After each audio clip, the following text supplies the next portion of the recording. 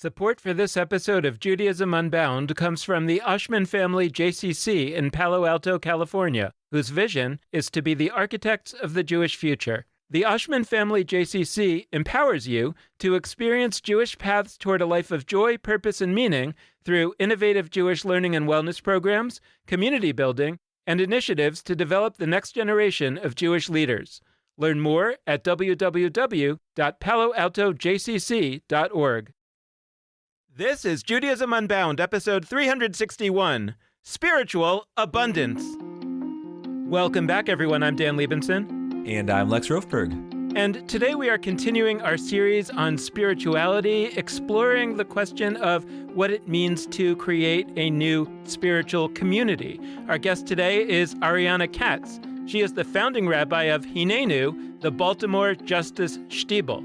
Before we get into that conversation, just want to say officially the registration for our next round of Unyeshiva classes has opened. These are going to be semester-long 12-week classes. We are super excited about them. Lex and I are teaching. Lex is teaching about Jewish discontinuity. I'm continuing to look at the Bible as Jewish mythology, now looking at the stories of Moses and the Israelites in the wilderness. We have a terrific class on Jewish languages from all over the world, led by Sarah Benor, a professor of linguistics and a great former guest on Judaism Unbound, and also a class on plant-based Judaism with Sarah Eifler from Jewish Veg, another beloved guest on Judaism Unbound. And then we also have a class that is going to be a lot closer to the subject matter of this series of spirituality, but it's really built around the idea of putting love at the center of religion. It's with Shefa Gold, one of the most important spiritual practitioners in the Jewish world today. I think it's fair to say that. And she is going to be our guest on Judaism Unbound next week. And I'm pretty sure that if you listen to next week's episode, you are going to want to sign up for that class. So you can check out any of those classes at judaismunbound.com/classes, and you can register right there. We'll be so excited to learn with you. So let me tell you a little bit about the organization that our guest comes from today. It's called Hinenu, the Baltimore Justice Shtibel, which is an intentional spiritual community of Jews and loved ones who study, pray, organize, and care for one another. Hinenu celebrates diaspora Judaism through ritual, learning, song, and prayer. It's located in Baltimore, Maryland. Hinenu literally means here we are in Hebrew. And what is a shtibel, you might ask? It's a Yiddish word that technically means little house, which has been typically used to describe a tiny synagogue, usually Orthodox, but Hinenu thinks of it as an intimate, cozy space where prayer and study meet. Hinenu celebrates an evolving and dynamic Judaism, and it welcomes a diverse range of beliefs, identities, ages, and experiences. It rejoices in queer and trans identities, converts, multi-faith families, Jews of color, and members who are not Jewish. And it seeks to be fully accessible economically and in terms of disability justice. Hinenu is also committed to building a community that centers justice and liberation for all people, working inside and alongside movements for racial, economic, migrant, reproductive, gender, indigenous, disability, and environmental justice. And Hinenu, as a Jewish community, feels a particular responsibility toward justice in Israel-Palestine and works toward Palestinian equality, freedom, and dignity. Our guest today, Ariana Katz, is the founding rabbi of Hinenu. Before the founding of Hinenu, she served congregations in Philadelphia and has worked at Truah, the Rabbinic Call for Human Rights, Avodah, the Jewish Service Corps, and as a chaplain at Planned Parenthood. Ariana Katz has also been our colleague in the Jewish podcast world, having created and hosted Kaddish, a podcast about death and identity. She has collaborated on dynamic Jewish ritual projects at the intersection of justice and Judaism, such as Soul Candles for the Days of Awe kits and workshops, and the Years of Radical Dreaming Jewish calendar. Ariana Katz has rabbinical ordination from the Reconstructionist Rabbinical College. So, Ariana Katz, welcome to Judaism Unbound. It's so great to have you. I'm so happy to be here. When I was looking at the Hinenu website, it actually describes Hinenu in a few different ways on different pages. Maybe you want to look at that. No, but one of the pages talked about it as an intentional spiritual community. And that really grabbed my attention because we're in this series on spirituality. And just as a starting point, I was wondering whether an intentional spiritual community means something spiritual? And what does that mean? Like, how would you define spirituality and I guess spiritual community in that? And or is it just kind of a cooler way to say synagogue? I think the answer is yes to both, to be honest with you. So when we were in our early days of forming as a community, one of our founding members on the way out the door was like, "This isn't your Bubby's synagogue." And I looked at them and I was like, you couldn't be more wrong, because one, we should be so lucky to be Bubby's synagogue. And two, she really knows what she's doing. And three, we're doing the same project at Hinenu that Jewish communities, synagogues around the world are doing. We just happen to skew younger and politically to the left. But the animating force, love of Torah, love of Jewish people, love of world, and wanting to gather together in support of those three things, that I think that's as traditional of a model as you can get. So the first answer is, yeah, it's just a interesting way to try to talk about what we're doing. I really chafe at the idea that we're creating something brand new, because I don't think new is better. And I also, I don't think we're smarter than our ancestors. So I don't want to lead from a place of hubris, and I don't want us to gather as a congregation from a place of defining what we're not or what we think we're better than. So the reason I like that language is because there is a huge portion of our congregation, at least the ones who have told me, who don't have a personal relationship with the divine, don't believe in God, aren't invested in God as a part of their Jewish practice, and are still spiritual. My teacher, Reverend Mary Martha Teal, is doing incredible work around the spiritual but not religious population and how to offer pastoral care for SBNRs. Being able to talk about spirituality as a component for some of religion, but also separate from religion, allows more people to find place and allows us to use more pathways in to talk about things that feel bigger than us.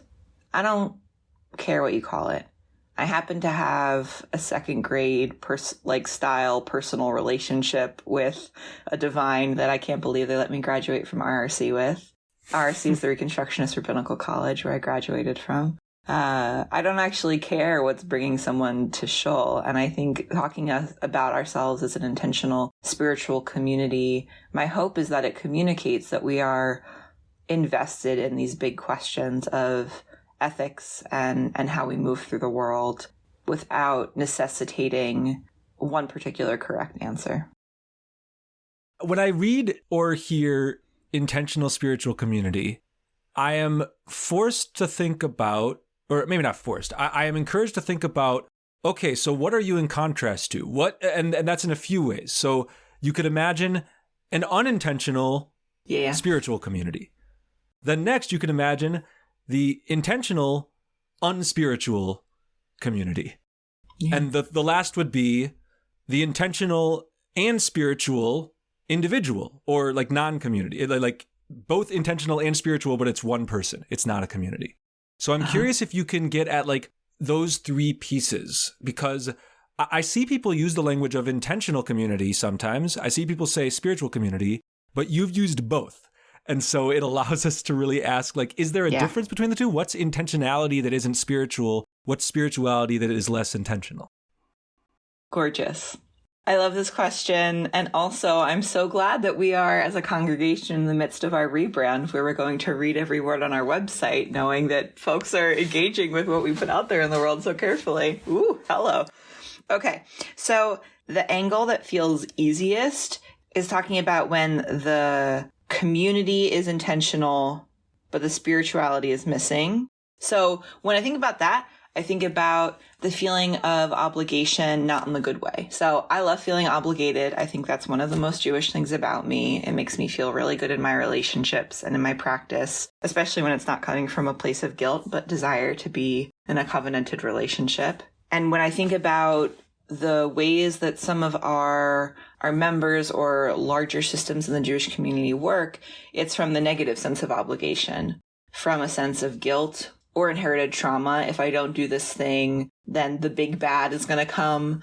or obligation to family, but carrying out Jewish practice in a way that doesn't actually feel personally fulfilling. So you can be an intentional community because you're like, we're trying to do this Jewish thing together without it actually being fulfilling or connecting to the divine or connecting to a higher pursuit of values and culture and ethics. And we were put in this world to experience pleasure and make good art and eat delicious food and feel good in our bodies as often as we're able. And I think often sometimes the negative obligation, that guilt that comes with, oh, I have to do XYZ Jewish thing, takes away from the spirituality of it. So in terms of intentional spiritual practice that's divorced from community, we lose an entire valence of practice. So having our prayers witnessed, being able to read from the Torah, being able to say Kaddish, other prayers that require a minyan, a quorum, but also we lose the opportunity to offer one another care. And we lose the opportunity even more so to butt up against each other and break things and have to fix them together. And intentional spirituality, saying, I want to live my days in and out with a connection to the source, a connection to the earth, a connection to my past, is a beautiful thing. But the opportunity to do so in community opens up a whole other set of colors, a whole other set of tools. And then the last category is spiritual community that is not intentional. I mean, sometimes I think this is Hinenu's greatest strength and our greatest challenge is, there's a lot of kavanah running around. There's a lot of intentionality. There's a lot of just processing and reflecting. And 50% of our membership is LGBTQ. And so you have a bunch of lefties and queers sitting around making community. It's going to be very thoughtful. And that's a gift because all of us, regardless of the identities that we hold, have experienced being treated less than carefully by institutions. And so with that history that we all, every single person carries, building an institution that says we represent Judaism to people and saying we want to do so carefully and we want to do so with a lot of heart because what we're doing has an impact on our lives and on the lives of people we haven't met yet or don't know are listening, that intention is incredibly important. We talk a lot of smack. We make fun of each other with love about, all of the processing and all of the time we take to make decisions. We do meet in a Quaker meeting house, so perhaps it rubbed off on us. But I think that there is embedded in it just a real piece of heart and emotion of, wow, it's so easy for the world to be callous with each other, and building something with intention, inherently it slows it down. Like I felt my own body slow down as I started talking about this and just like goosebumps thinking about so many who have shared stories about what it's felt like to be discarded or ignored or forgotten, and worse in Jewish institutions. And so the intentionality, of course, is about blowing open history as we have received it and realizing there's so much more to uncover, like so many guests on the show talk about. But for me, the intentionality around building Jewish community comes in thinking about what role do institutions play in the lives of the people that we're trying to serve. And that itself is a spiritual practice. So it's interesting, and I hear the ways in which you don't want to make comparisons between Hinenu and various synagogues, and let's not do that. I want to understand Hinenu on its own terms, although as I think about it, what's interesting, what's striking me, is that when you read an organization that describes itself as a justice shtibel, I'd love to hear how you describe shtibel, but essentially if you would hear an organization say, we're a justice synagogue, you might say, oh, that's a newfangled young people type of thing. And then it occurs to me that the synagogue that I am a member of is called Rodfei Tzedek, which means pursuers of justice. And so you're 100% right about, it is our Bubby's synagogue. But the synagogue Rodfei Tzedek is over 100 years old. In any event, I want to understand, you have said things like, we have over 50% of our community that are queer, that we're a community built around justice, that it is a synagogue, an organization that is maybe a little different from another synagogue because it's on the left. Can you talk about what does it mean to have an organization like this with those and maybe other features you'll talk about? I understand that there's a lot of meetings, there's a lot of process, but what is that all pointing towards? What happens?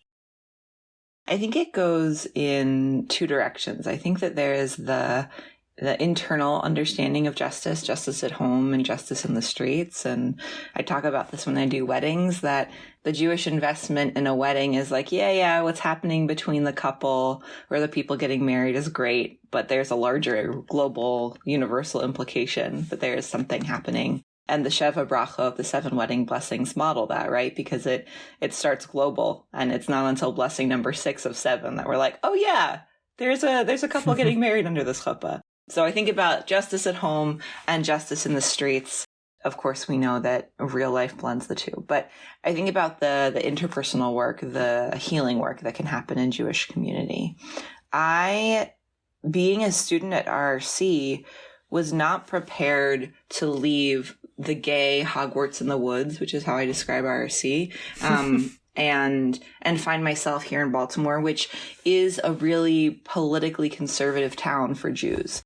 The amount of LGBTQ religious trauma that exists in town and also in the world, I was just ignorant to it, which, like, thank God, everyone should be.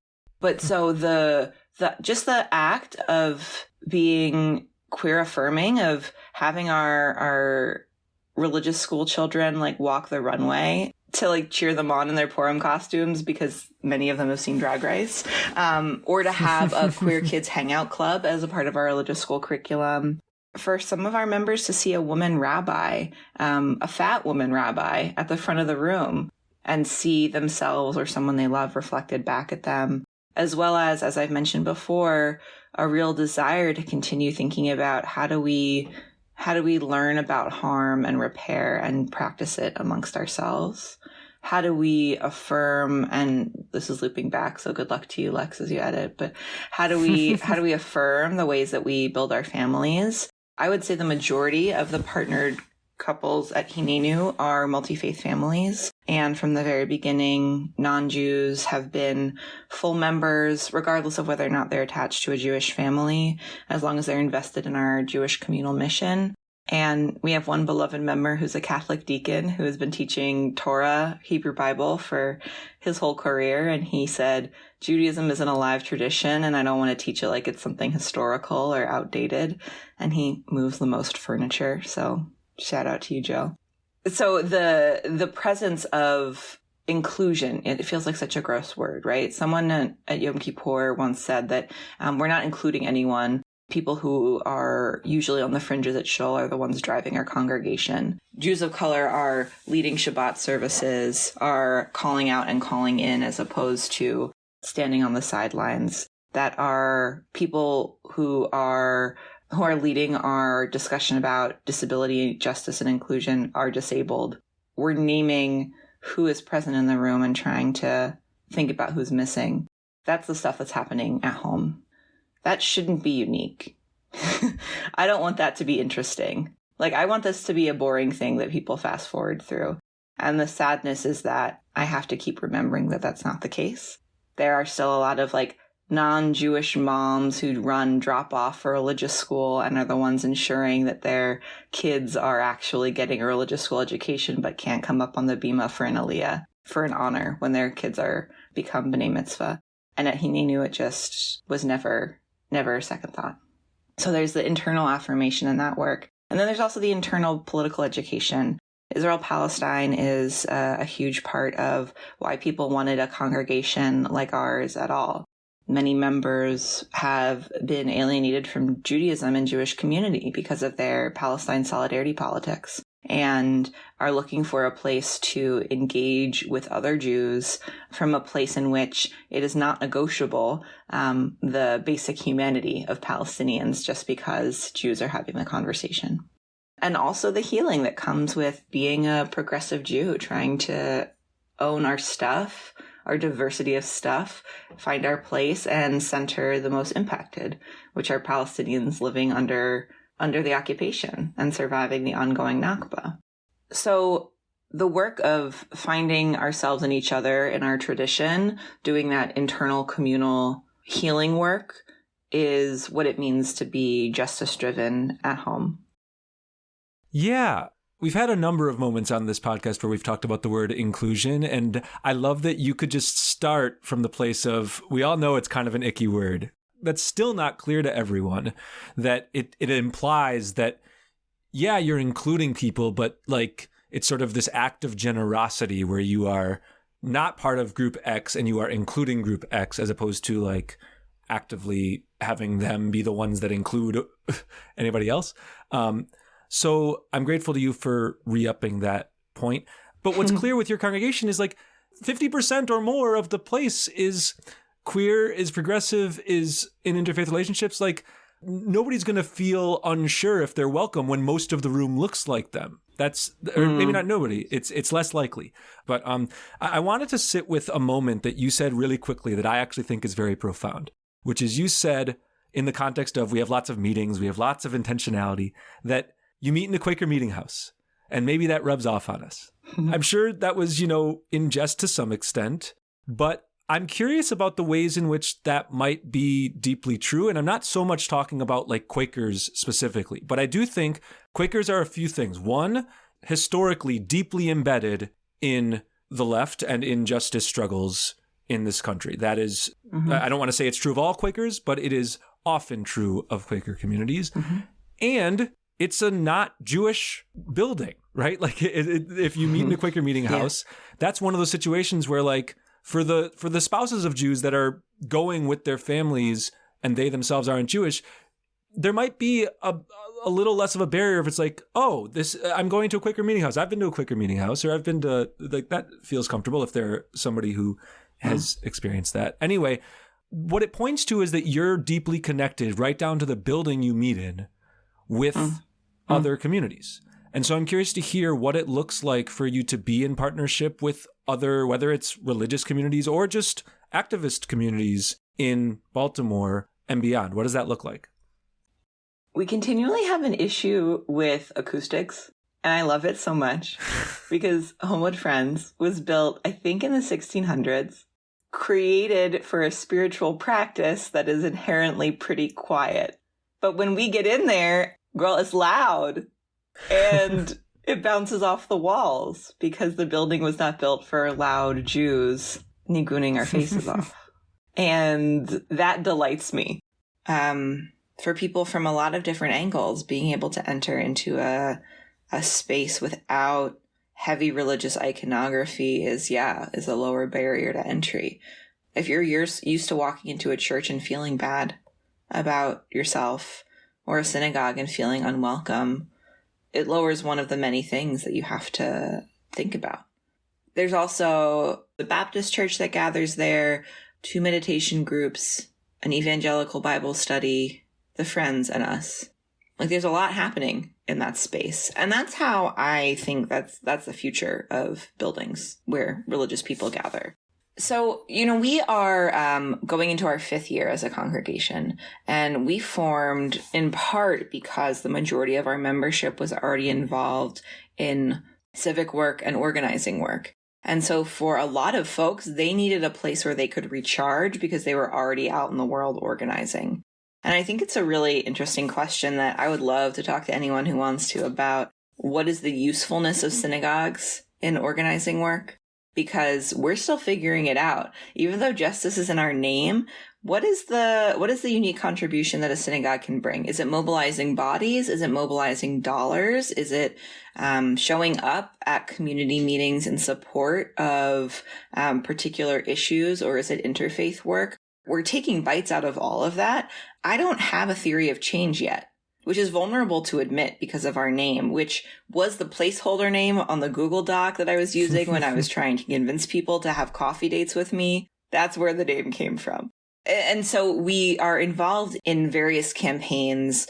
Our members recently got trained, and we are part of the clinic escorting at the local Planned Parenthood. We're supporting local work around Palestinian solidarity. We're continuing to try to find our feet in the interfaith organizing happening. And the way that we engage with the city is often short term. And I wonder, like, maybe is that the right way to do it? How do we build long-term coalition work, especially in a fractured city? I'm learning so much from my colleagues who have been doing this in town for longer. Caring for the spirits of people who are engaged in legislative work, who are engaged in neighborhood organizing, that feels much more straightforward. But how to ethically and honestly show up for organizing as a large group of people, it's not as clear to me. And it feels really vulnerable to name publicly. We're still finding our feet. I don't like that. I wish I had a sexier answer. I really like that approach, that answer, because it feels like what you're describing is something organic. It feels to me like if our Jewish institutions came about organically, we wouldn't need to have the pressure to have a theory of change right away necessarily, maybe not ever, because the theory of change would be implicit. It would grow out of the people. It would be sustained on its own by the people for whom it was providing what they needed, etc. So I would love to pursue that even a little more deeply and think about, when you were describing how these were people that are already engaged in justice work, and they want to have a place to recharge, a place to do their spiritual work. And it feels like there's a lot of pressure, a lot of expectation today that a synagogue ought to be this kind of generic Jewish gathering place where everybody can come and everybody should feel comfortable. And therefore, rabbis struggle a lot to give the synagogue a sense of meaning, or maybe, like you say, a theory of change, because you can't really stand for that much without alienating a big chunk of your constituency. And if your goal is not to alienate anyone, then you kind of have to be parv. And I'm wondering what the contrast looks like when you are a synagogue or a synagogue-like organization created by and for a particular slice of the community, and what happens, again, like I'm sort of curious, like not so much about the theory of change, but about the reality that's happened over the last 5 years. When you create a synagogue like that, what happens? You should make a podcast. That's great.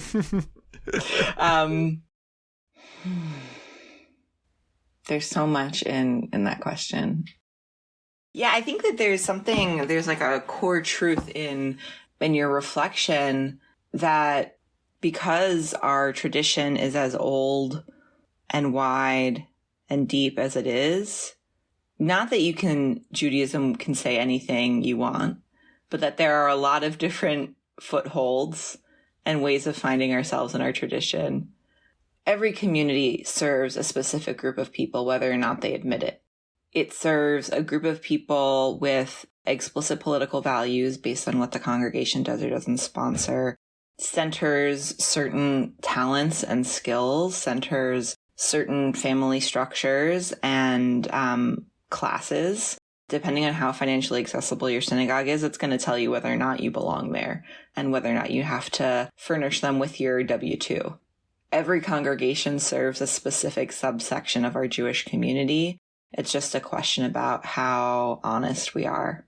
The hope that the people that we most want to serve see themselves reflected in the congregation. I mean, I hope so, but there's certainly places we're failing. And the majority of our congregation is white. Even if we are continually talking about anti-racism, centering the leadership of Jews of color, a mostly white organization is going to be pretty alienating to want to show up in Shabbos in and Shabbos out if you're a family of color, right? So every community has a culture, whether or not it owns it.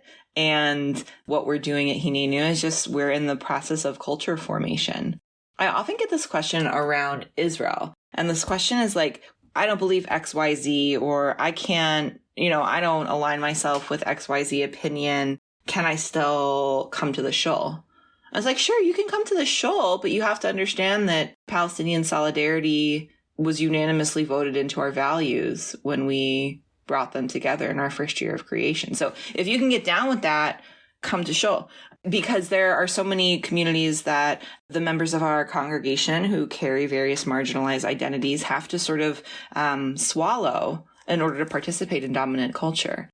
All of this is just to say that every community has an explicit and implicit culture, and the opportunity to create one for Hinenu is a unique blessing that I get to be a part of. Gathering the fringes, gathering the lentil lovers, the lefty progressives who are already engaged in healing work and injustice work. That is one section of the Jewish world that we get to serve. But again, we're doing what every other synagogue is doing. I think I'm just a part of a larger normalization campaign of saying that we are doing something just as Jewish as a synagogue down the street. And that itself, I think, is challenging and healing within the lives of our members and in the larger biome of the Baltimore Jewish community. The Federation here, the Associated, keeps wondering why there are so many young Jews involved in our synagogue. And I think that's because folks see themselves reflected, honored, see that there's a sense of joy here. But we are doing something just as legitimate as the mainstream congregations. And I feel proud that we get to be in the same ecosystem. I really think that this question about, synagogues being for a subset of the Jewish community versus just trying to be a little bit for everyone. Like to me, that's kind of what this boils down to. It's a question of like specialization versus, what's the opposite word of specialization? I don't have like non-pejorative ways of putting it because my bias is in favor of specialized communities. Yeah. But what you said about how existing synagogues, and it's not just synagogue, JCCs, all sorts of organizations who think of themselves as basically just, we're a place that Jews gather across difference. I think a lot of places think of themselves that way. But I think if they were to actually do the exercise of like, which kinds of Jews are coming here? If we're in a community with multiple synagogues that sort of look similar from the outside, I grew up in Milwaukee, there's multiple Reform synagogues. I actually think that, and they're within like a very small geographic area, all suburban. There's historical dynamics there, there's white flight, there's all the stuff that's true in a lot of places. But like if each of those three Reform communities were to look at themselves and really deeply ask, like, when we look at the people who shop around the synagogues and they choose us, what do those people share? I actually think there would be answers to that, and those answers would not be, oh, we're the Reform synagogue that's closest to their house.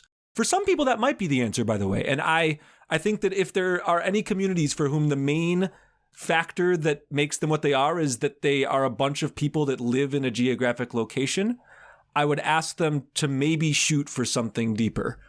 And by the way, I'm not dismissing geographic location. Like, I want neighbors to know each other. I actually think there's something beautiful about that. But if that's the thing, like, all of a sudden that points to me like, wow, we should really be in partnership with our neighborhood association. We should really be, doing stuff house to house if we all live close to each other. If we don't, and we're a set of people that live all around a metropolitan area, but we're all drawn to strong Torah studies, I don't know, whatever it is, that's something about your community that matters.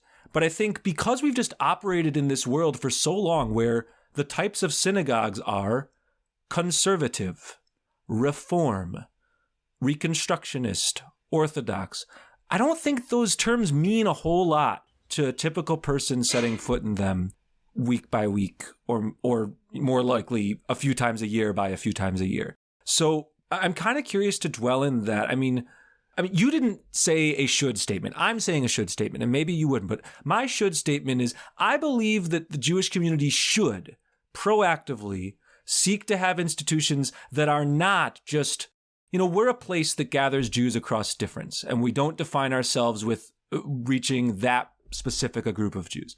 I believe it would be better if we thought in an ecological sense, this institution is filling this ecological niche in the ecosystem. This one's filling a different one. This one's like grass. This one's like plankton. This one's, I'm being overly ridiculous with the analogy, but institutions fill collective needs when every single one of them is trying to be for everyone, but not in a deep way. I feel like we're not achieving much. So I guess my question is that part of the ethos? Is there an implicit claim here beyond just we want to be for this specific set of queer folks, lefties, Palestine solidarity, like folks who have been marginalized in other Jewish spaces? Yeah.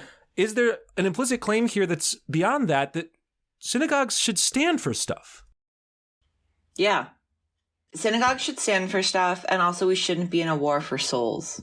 When I moved to Baltimore, it became really clear to me it's vulnerable to have someone come in and say, I'm going to serve a population that you think you serve, but is saying that they're underserved. You can be a member of Hinenu and another synagogue, as many other synagogues as you want. Your butt in the pew every week is not required to prove that you care about what we're doing and that we care about each other. And I think sometimes this idea that you pick your community and like that's your shoal, you go down with it or ascend with it, but I guess that there's this inherent idea that like we have to get a certain number of people and we're battling to win. Instead of saying like, oh my God, yeah, they have this incredible budget and brilliant leader who always brings in the best guest teachers and who drops really fire Torah. And that community figured out a theory of change, whether or not Dan and I think it's possible. And so they're working on a really cool campaign. So I'm going to hang out with them. And they, this other shul really has beautiful harmonies that rise from the congregation.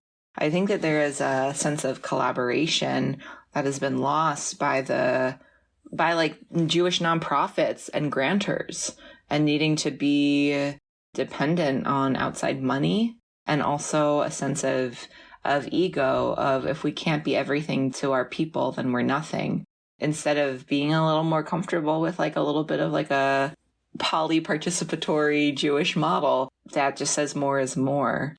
Do I want people to be active members of Hinenu and support us with their joy and their time and their treasure? Of course. Do I want to be people's home base? Yes, and I'm so glad that we are. But the competitiveness gets in the way. And this is usually something I say off the panel. I'm not totally invested in pluralism. I know that that's a really big value for a lot of people who I respect. But I had to beg to be allowed to put on tefillin in my Jewish day school experience because it was conservative, but not that egal, apparently. And when I was a younger person, I had to daven in a trichitza, which is where there's the men's section, the women's section, and then the everybody section in the middle, for folks who want gender segregated davening. And that doesn't feel good to me. And I affirm that people deserve to feel reflected in the spaces they're in. I know that discomfort is a spiritual modality that works for folks. I'm a bit of a hedonist, and I also think there's enough suffering in the world that I don't learn through suffering. We can be in relationship with people who are different than us without having to compromise our spiritual practices. I know pluralism works when everyone's a little uncomfortable, but like, what if everyone got to be comfortable and then we could have lunch?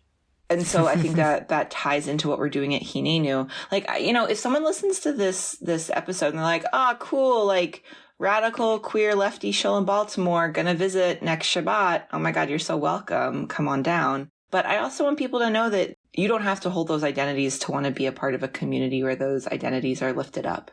I'm trying to figure out how can I put myself in more situations where I'm not in the dominant set of identities, where my white womanhood is not most comfortable.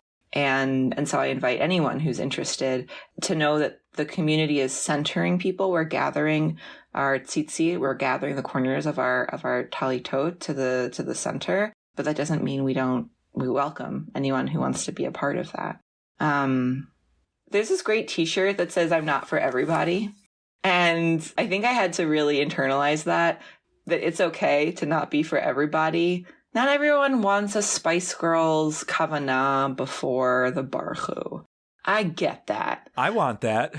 It's available to you. I did it once and I get so much smack for it, but it came deep from my spirit. And, that doesn't work for everyone. And that's great. And hire a different rabbi, go to a different shul, that's fine. There's just honesty in that. People deserve to know what they're going to get. I mean, there's something inherent in what you're talking about that I think is worth naming. And you alluded to it earlier, but it basically, I think some of this resistance comes from a fundamental belief among involved Jews that Judaism is actually not that great.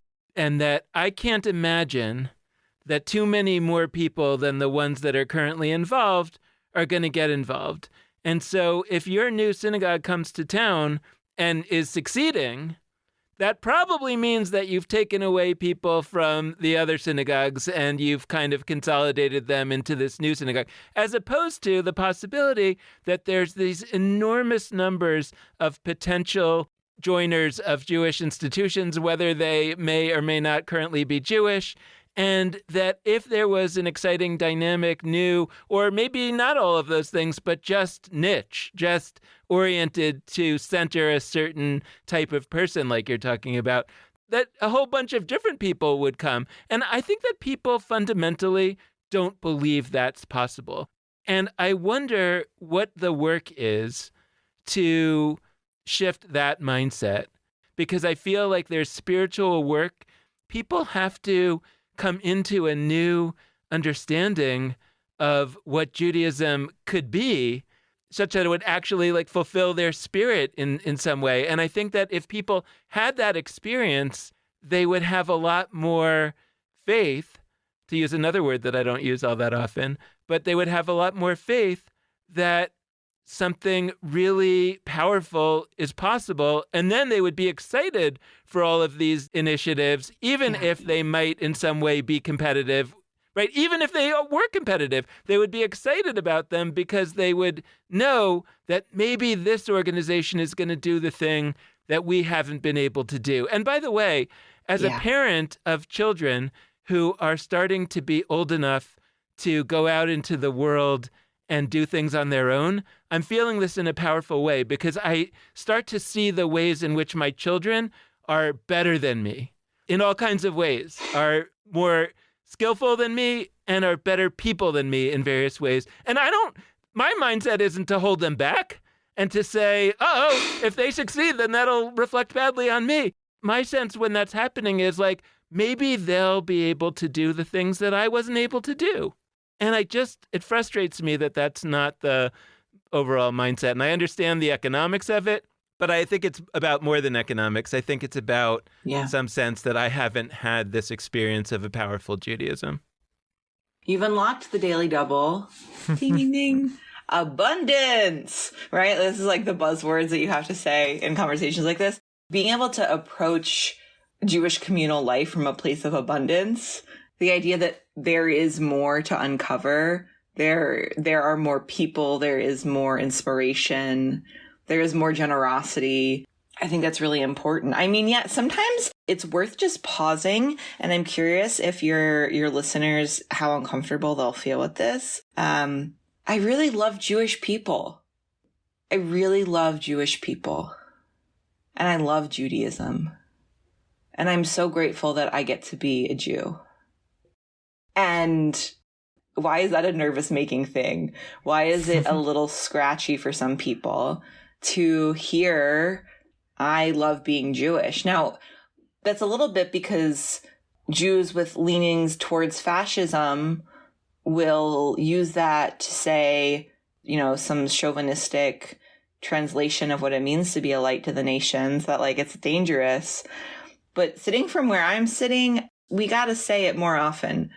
I love Judaism. I love Jews. I want Jews to flourish. I want to learn more Torah from more people, whether or not they're Jewish.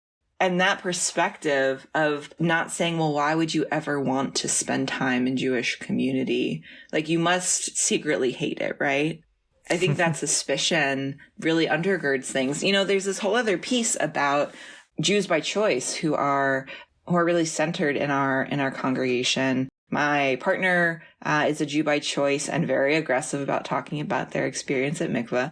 And the ways in which people are welcomed at the beginning and middle of their conversion journeys at Hinenu is something of which I'm really proud of.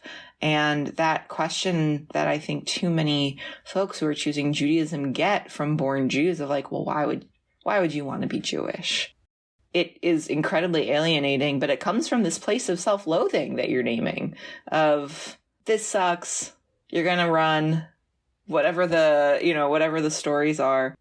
I love nothing more than getting to work with folks who are at that part of their Jewish journey where they're just like, like taking every book off the library bookshelf about Judaism because you're just so freaking excited about it. Like that passion, that new relationship energy with Judaism is such a gift. So I think a part of what makes it an intentional spiritual community, if we can bring it around again on the guitar, is like a desire to be here and be doing this project and believing that Judaism is a resource that can give our lives meaning and that's worthy of our time. So one thing I thought I was for sure going to ask about that I didn't yet is the name Hinenu, which I won't define, I won't translate. I'm going to let you do that. But I did want, before we close, to give you a chance to mention what that name is hinting at or why you chose it. And I also wanted to just name, like, we're in a unit on spirituality, and this conversation has not just been about spiritual practice or spirituality in like a direct sense. We've talked about organizational ecosystems, we've talked about abundance, we've talked about a lot of things, but I'm curious, how does this tie to a sense of spiritual practice? But mostly just as we close, what would you like to leave our listeners with as they conclude this episode and go on to whatever's next? So our Torah cover was made by Annie Summer Kaufman, a former Baltimore resident. And it's from Breshit, from the first chapter of Genesis, V'ruach Elohim merachefet al pnei hamayim. And the presence of God, or the breath of God, the Ruach of God, hovered over the face of the waters. The idea of stillness and presence, our name Hinenu means here we are, just showing up and making a stake a stake in the ground, dropping an anchor, if you'll follow the metaphor, that this Judaism that we practice, that we are weaving, is real and legitimate and matters to this biome. I think that is one of the things that we are called into doing. How do our spiritual lives, how do our individual relationships with sacredness nourish the work of showing upfulness in our families and in our neighborhoods and in our city? And how does the work of organizing become itself a spiritual practice? And most of all, how do we do that from a place of humility? What's already being done?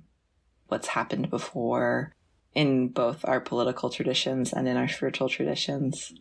Right? Our congregation has grown so significantly during the pandemic because people are looking for places to make meaning, because the war machine is not ending and the death-dealing policies of our governments are not ending. And the apologetics coming out of our Jewish community for collusion with whiteness and the occupation of Palestine. These things are not ending, and we're looking for places where we can integrate a sense of meaning making and connection to the divine or to wisdom to make sense of it. Thank you so much, Ariana, for joining us. This has been a fantastic conversation. It was such a joy to chat with you all. Thank you so much for having me.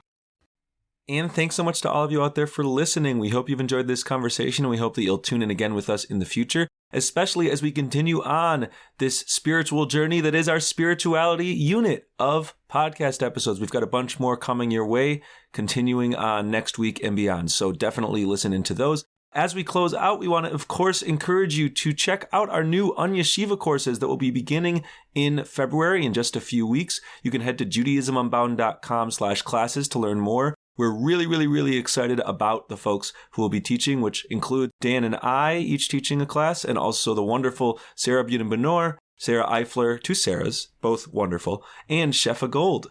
So check out the classes that we're offering. We hope that you will enroll in 1 or 2 or 5.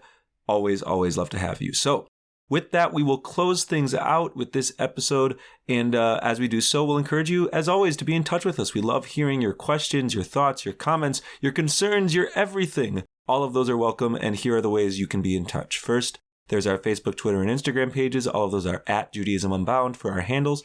Second, you can go to our website, judaismunbound.com, where you can find show notes for this episode and all of our other episodes and lots of other things. And, of course, you can email us at dan@judaismunbound.com and or lex@judaismunbound.com. The last request we like to make is that we deeply appreciate any amount of financial donation that you're able to send our way. and you can do that on either a monthly recurring basis or just as a one-time gift via judaismunbound.com/donate. So thank you so much for listening, and with that, this has been Judaism Unbound.